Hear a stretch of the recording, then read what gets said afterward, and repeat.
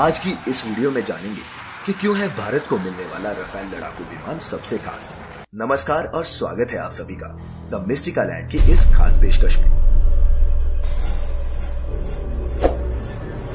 दोस्तों, आप में से जो ये नहीं जानते उनको बता दें कि दिल्ली में राष्ट्रपति भवन से इंडिया गेट तक का सीधा रास्ता राजपथ कहलाता है। अमूमन भी यहाँ हजारों की भीड़ होती है जो यहाँ घूमने, टहलने और फोटोज खिंचवाने आते हैं। लेकिन 26 जनवरी यानी कि रिपब्लिक डे के दिन इस पथ की चकाचौंध और शान में कई गुना इजाफा हो जाता है। 26 जनवरी की परेड इसी राजपथ पर निकाली जाती है। इस बार भी गणतंत्र दिवस के दिन राष्ट्रपति ने झंडा फहराया और वहां उपस्थित सभी लोगों के संग देश की शान तिरंगे को सलाम किया।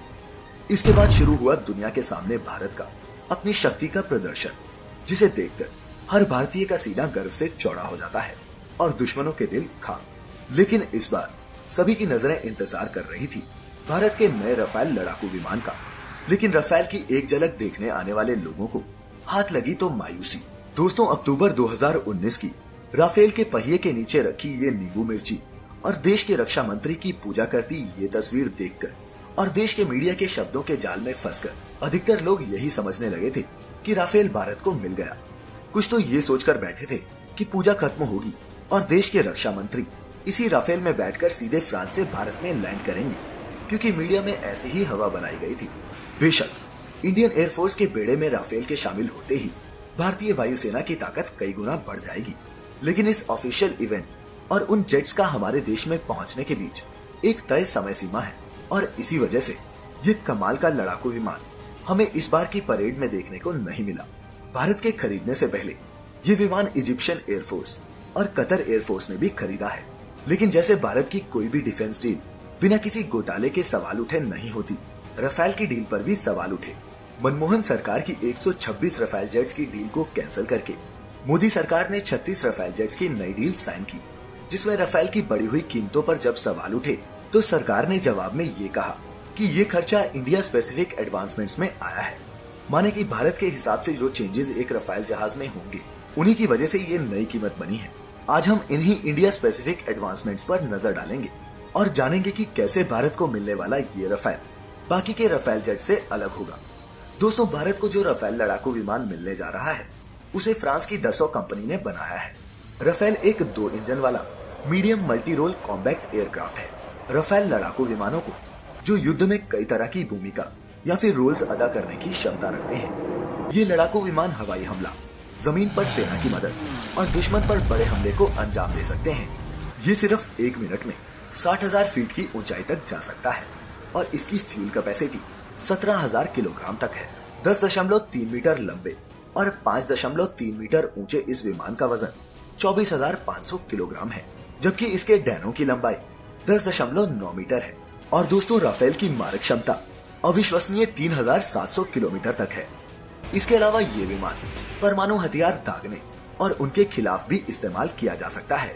भारत के लिए निर्मित राफेल विमान अब तक के बने सबसे मारक विमानों में से एक होगा, क्योंकि दसों एविएशन ने इसमें भारतीय वायुसेना की जरूरत के हिसाब से कई महत्वपूर्ण बदलाव किए हैं।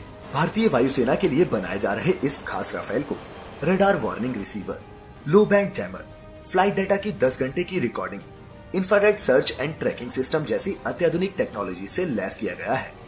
इतना ही नहीं, विमान में पायलट द्वारा इस्तेमाल किए जाने वाले हेलमेट में एक नया एडवांस्ड इजरायली डिस्प्ले लगाया गया है।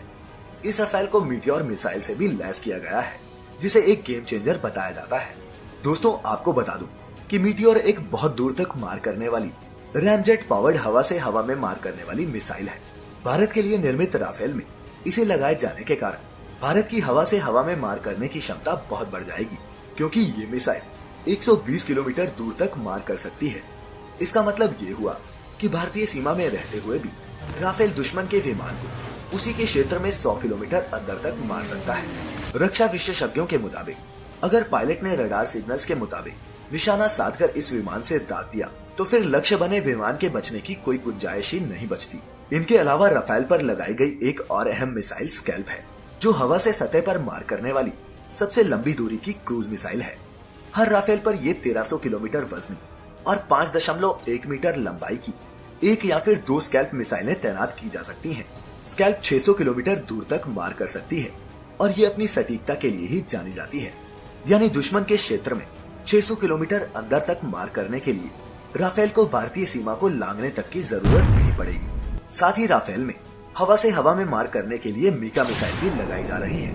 एक और खास बात, भारत के लिए बने इन राफेल विमानों में फ्रांस द्वारा इस्तेमाल किए जाने वाले टेलेस निर्मित टेलियोस लेजर डेजिग्नेटर पॉड्स की जगह इजराइल निर्मित लाइटनिंग सेंसर पॉड्स लगाए जा रहे हैं, जिनका इस्तेमाल इंडियन एयरफोर्स पहले से ही कर रही है।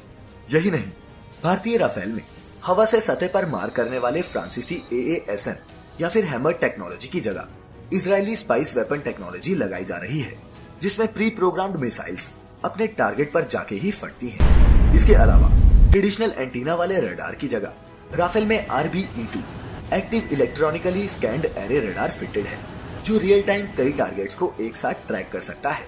राफेल में फ्रंट सेक्टर ऑप्ट्रॉनिक्स प्रणाली भी लगी है, जिससे इस पर रडार जैमिंग का कोई असर नहीं पड़ता। इन सब के अलावा इंफ्रारेड, इलेक्ट्रोमैग्नेटिक और लेजर हमलों का लंबी दूरी से पता लगाने में सक्षम spectra integrated electronic combat system भी इस इंडियन राफेल में फिटेड होगा। दोस्तों, दूसरे लड़ाकू विमानों की ही तरह इसे भी उड़ाना आसान नहीं है। पायलट को इसे उड़ाने के लिए 2 से 2.5 साल की कड़ी ट्रेनिंग करनी पड़ती है और इसके मद्देनजर भारतीय वायुसेना के कुछ पायलट्स को फ्रांस एयरफोर्स द्वारा ट्रेनिंग भी दी जा रही है।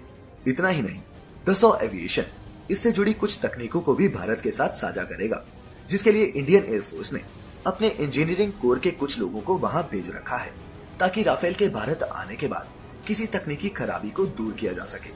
दोस्तों, आपको बता दूं कि राफेल लड़ाकू विमानों का अब तक अफगानिस्तान, लीबिया, माली, इराक और सीरिया जैसे देशों में हुई लड़ाइयों में इस्तेमाल हो चुका है और इसकी ताकत पूरी दुनिया ने देखी हुई है।